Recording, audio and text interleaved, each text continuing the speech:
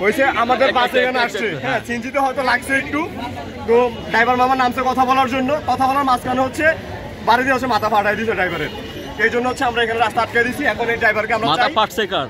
আমাদের বাসের ড্রাইভারের, মানে কুমিল্লা বিশ্ববিদ্যালয়ের বাসের ড্রাইভারের মাথা ফাটাই দিয়েছে। এখন আমরা সিএনজি ড্রাইভারের বিচার চাই, অথবা আমরা রাস্তা এখানে ব্লক করে দিচ্ছি। সিএনজি ড্রাইভার আছে কোথায় এখন? এর ভিতরে আবার সে বলছে আমাদের বাসে পুরো দিবে, দেন সে আবার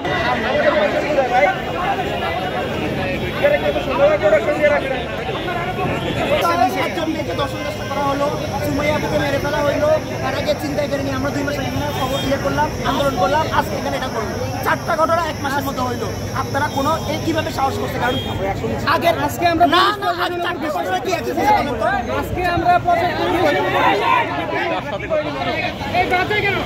এই বাসে লাগে না না এই জ্যামটা সাময়িক আধা ঘন্টা কিন্তু বড় এক বছরের জ্যাম নিয়ে এই সাময়িক লোকটা জানো নাই বলো।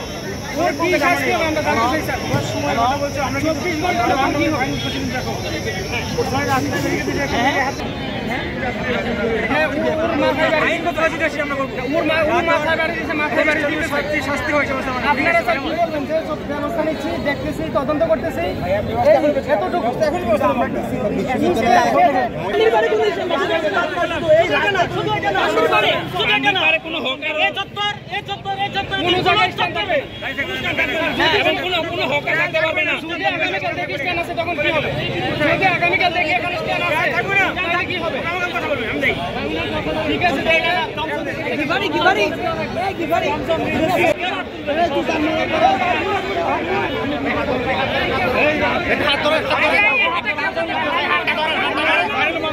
কাদের ইশারায় এই ধরনের কাজটা করবেন তো